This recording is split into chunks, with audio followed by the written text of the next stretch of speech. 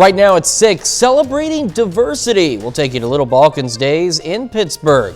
Plus, Guardians of the Children, a motorcycle group, joins Little Balkan's Days to raise awareness about child abuse.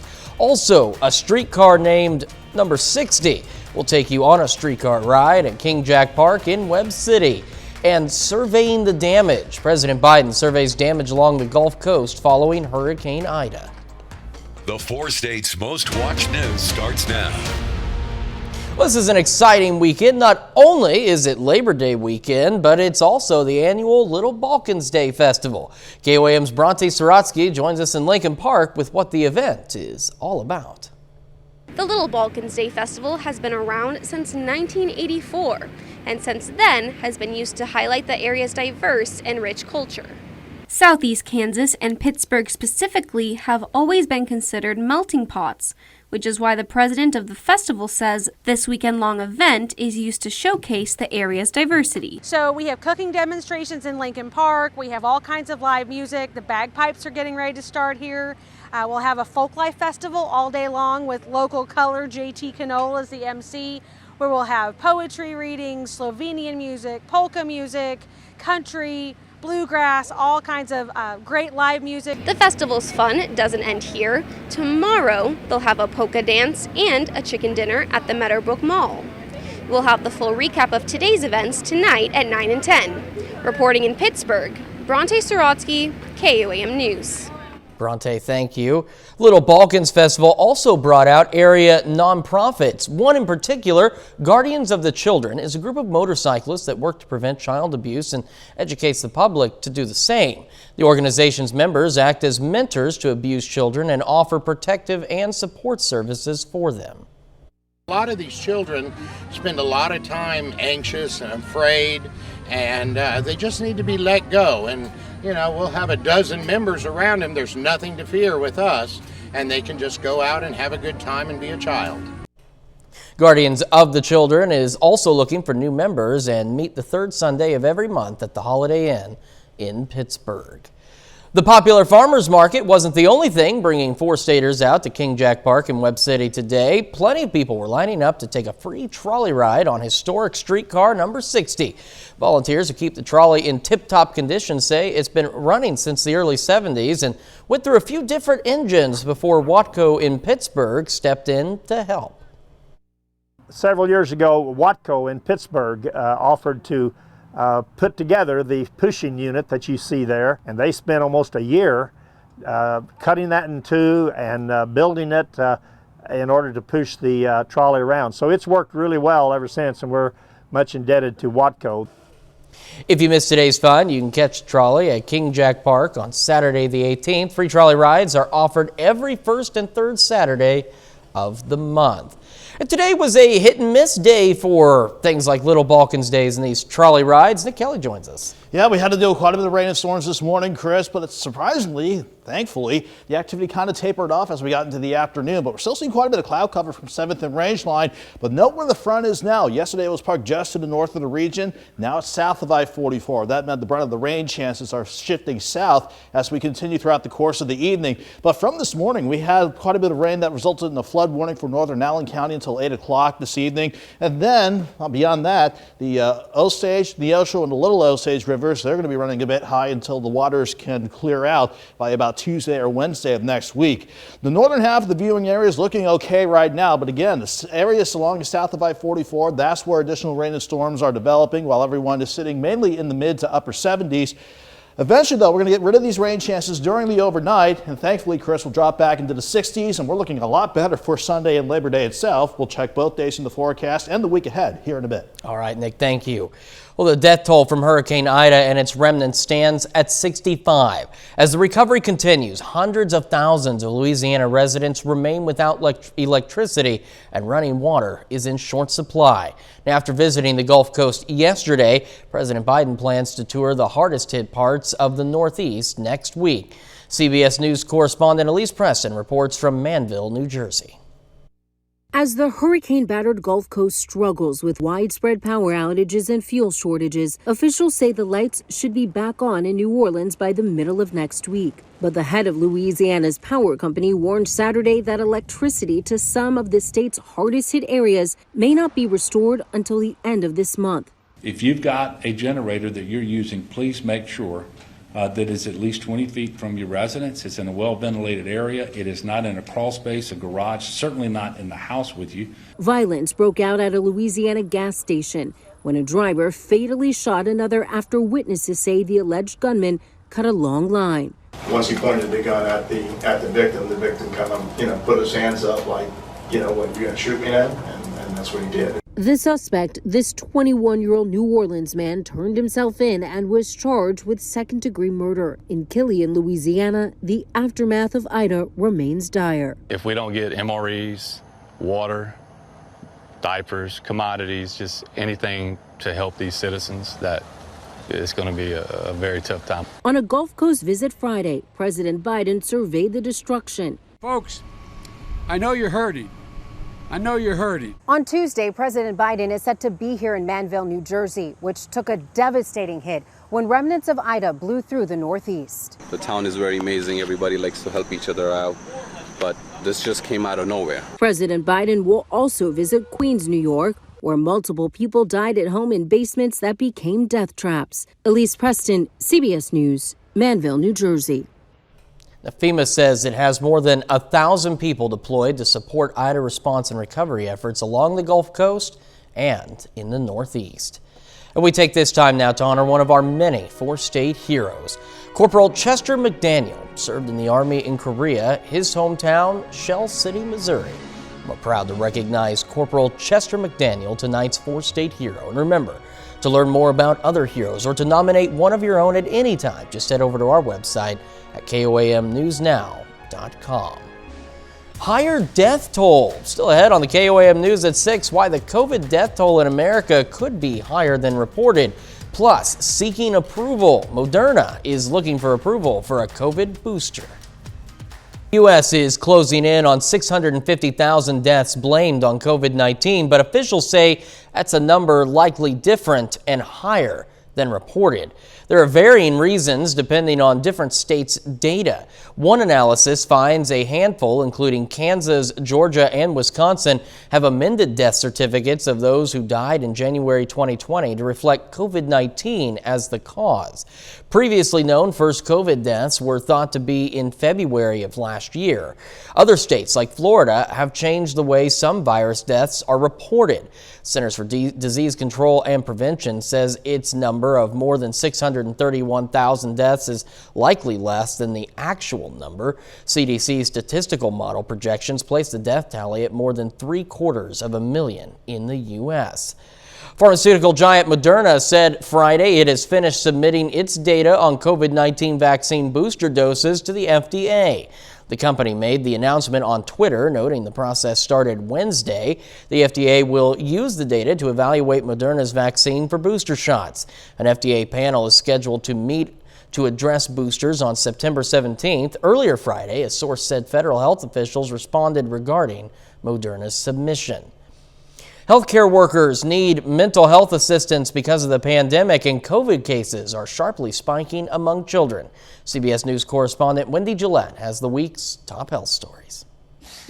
New data from the American Academy of Pediatrics shows more than 20% of coronavirus cases reported last week were among children. Cases in kids have exploded since July, from about 38,000 reported weekly to more than 200,000. Almost 5 million children have tested positive for COVID-19. A British study suggests there's an urgent need to identify, support, and treat healthcare workers for significant mental health issues brought on by the coronavirus pandemic. Researchers estimated up to 58% of frontline health and social care workers in the UK suffered anxiety, depression, or PTSD after the first wave of the pandemic. And a new study from Massachusetts General Hospital suggests getting some of the sugar out of packaged foods and beverages could be life-saving.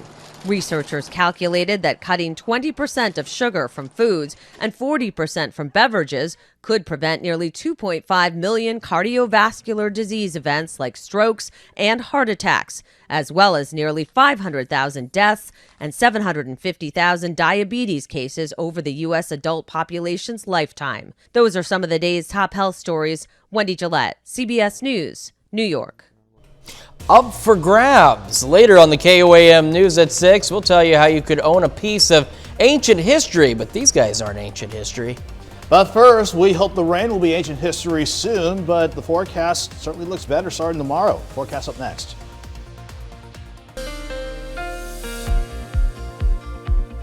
Even with some continued rain chances for today, we certainly kept things warm, at least a little bit cooler compared to yesterday as we got the holiday weekend started. We pushed about 93, 94 at Joplin Regional the other day.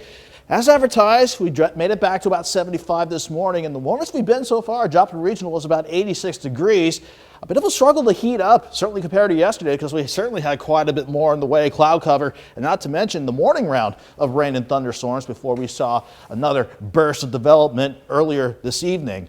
We had, just today alone, 1.3 inches area-wide. That's if you take all the averages into account. But you can see how our far northern counties bore the brunt of the rainfall this morning, between 3 and 7 inches of rain. That's why earlier we had some flash flood warnings in parts of southeast Kansas, especially around Fort Scott. Still, there's an aerial flood warning for a good portion of Allen County until 8 o'clock. Then we have the Neosho River, the Osage and Little Osage. Those will be running a bit high until the excess water can start to recede by about Tuesday or Wednesday of next week. In the meantime, though, the front has finally shifted through for the most part, but as long as it's still in our southern counties, that is where we're still seeing the bulk of additional rain and thunderstorms starting to develop, or quite frankly, they have been developing ever since, let's say 3 or 4 o'clock this afternoon, the strongest of which is on the southern shores of Table Rock Lake, south of Cassville, right along the Missouri-Arkansas line. But Joplin, you had to deal with some rain earlier, trying to see some peaks of the sun break out once again. But you're at 79 degrees. Feels like 82 with that dew point sitting at 71. Most of us are in the mid 70s to about 80 degrees all across the board. And again, we've seen a difference in where that front has set up. It was just to the northwest of the region yesterday, but now it's shifting through our southern counties, and that will ultimately take any rain chances out through the overnight. But I want to hold on to some rain chances as we drop back through the 70s. I think we can drop back into the mid-60s. A nice change of pace as we go into tomorrow morning. So again, you can see how the wind arrows show the front now slipping just to our south. In fact, we can pinpoint it for you here. This was the same front that was stalled out just in the northwest only yesterday. And it's nice to see this upper wave deciding to move along as well. Once that sweeps through as well, we are going to see things change for the better to wrap up the rest of the holiday weekend. So during the rest of the evening and to parts of the overnight, we'll hold on to slight chances for some isolated showers and storms. Then you see how we really clear out for the most part as we go into tomorrow morning. Lows drop to 67. I'm thinking 77 by noon with partly sunny skies and looking good for tomorrow. Not quite humid and just warm with highs around 83. So Sunday's looking pretty good, and we'll keep things pretty good for Monday as well. As long as we stay on the cooler side of the jet with no big systems on the way, that means we're going to look good for Labor Day as well. I think mostly sunny skies throughout the entire day. We'll start at 62, keep that breeze light out of the south throughout the day. You can see how that sends us to 82 by noon, and afternoon highs right around 87 degrees. So this was not probably the best start to the holiday weekend, but once we get past our rain chances tonight and early tomorrow morning, we'll look good for Sunday afternoon and all of Monday. Let's go 90 for a brief jump back into the 90s on Tuesday. And with all the dry weather we're expecting through much of next week, Chris, we'll keep things dry. Lows maybe near 61 on Thursday morning and mid 80s for the middle of next week. Dry, certainly looking a lot better than what we have seen over the last few days. We needed the rain. Yeah, we certainly do, but any dry and warm weather, especially during the day, we need some of those too, and we'll take it. Absolutely. Nick, thank you so much. Unfortunately, that rain caused some interference last night with Friday Night Football. It did, but that just means more Saturday football. CNC rivals Columbus and Frontenac played this morning. We've got highlights coming up. Plus, today is the second day of the Joplin High School softball tournament. The Eagles face the Neosho Wildcats this afternoon. Those details next. The Frontenac Raiders and Columbus Titans meet today in a big Week 1 showdown in the CNC. The two teams actually started the game last night, but it was pushed back to this morning due to the weather. Columbus aims to make it back-to-back wins today against their league rivals. The second quarter, all defense, Cruz Blair flies in for the huge sack for the Raiders, forces a Columbus punt. Ensuing Frontenac drive, snap gets away, but check out Colin McCartney, picks it up, slings it to Aaron Doria. Raiders in the red zone. McCartney would go right back to Doria, 3-yard touchdown connection. Frontenac goes into the half up 6-0. Second half, Columbus defense doing what they can to stay in it. Cody Schock comes in with the sack. It's still 6-0 midway through the third, but then Frontenac pulls away early in the fourth. Justice Compton takes the handoff from McCartney. Big hole for Compton. He races 74 yards down the sideline for the touchdown. The 2-point conversion makes it a 14-point lead for the Raiders. Back on defense, Oklahoma State commit Landon Dean made a few big plays today. Big sack on third down, forcing the Titans to punt again. And they would add another score. This time, it's Mario Magnini getting in from 4 yards out. Frontenac gets the shutout over Columbus today, 20-0. I would probably expect us to hopefully see them in the playoffs, so they're going to be a good team, but our kids played hard. Our defense was tremendous. Up front, I thought we were very physical. Had some big plays in the running game, and I just thought we played good team football. At the college level, a few junior colleges kicking off their seasons tonight. The Independence Pirates are on the road for their season opener, facing Butler. This one is a top 15 matchup. The Pirates are ranked 10th in the preseason poll. The Grizzlies at 15. Game starts at 7. Also, Coffeyville opens up their season with 3 straight home games through the month of September. Tonight, the Ravens host a tough one in their first game, facing the defending national champs, the Hutchinson Blue Dragons. This game also has a 7 p.m. start. We'll have the latest from both games at 10. Today is the second day of the Paige Neal Christina Freeman softball tournament in Joplin. Plenty of local schools competing in this one. In the bronze bracket, Joplin and Neosho meet in their final game of the tournament. After getting shut out earlier in the day, Neosho's bats get hot. Up 4-0 in the first, Bailey Bowers, with the bases loaded, blasts it out of the park for the grand slam. Then Caitlin Killian goes deep to center for a solo shot. The Wildcats take an 11-0 lead after just 1 inning. Next inning, Joplin gets going a bit. Madison Tracy triples and Maria Lohm brings her home to put the Eagles on the board. They played a few in the second, but still trailing. A really nice game for Killian. She gets her second jack in the third inning. Neosho powers by Joplin 17-6. We'll be right back with more news. Take you to Little Balkan Days in Pittsburgh and tell you how they're celebrating the community's diversity. Also at the festival, the Guardians of the Children will tell you who they are and what they stand for. And we're heading to King Jack Park in Webb City to take a trip on streetcar number 60. Got those stories and a lot more headed your way tonight at 10.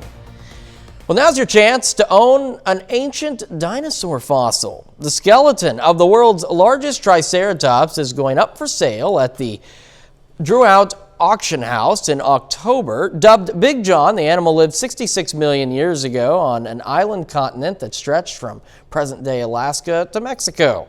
It was discovered in South Dakota in 2014. The fossil is 60% complete, with a skull that's nearly 9 feet long and 7 feet wide. Big John is expected to fetch $1.5 million at auction. A Tyrannosaurus Rex skeleton sold at auction last year for nearly $32 million. Paleontologists have warned against selling fossils into private hands because it slows the scientific process, unless you happen to be scientific at home and decide to do your own investigating. Or on the other hand, if you value your money, I mean, if it's going to go for $1.5 million, the 60% complete, I can't imagine what the entire thing would have I gone for. couldn't imagine either.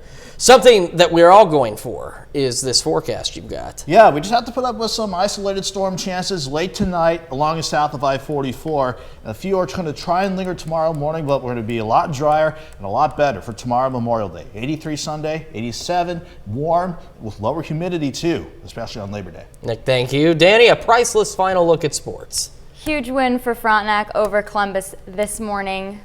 Rescheduled from yesterday because of the weather. It's all Nick Kelly's fault. Hey, I'm just a messenger. Guys, thank you so much. That is our time for now. We'll be back here at 10. Thanks for making us part of your night.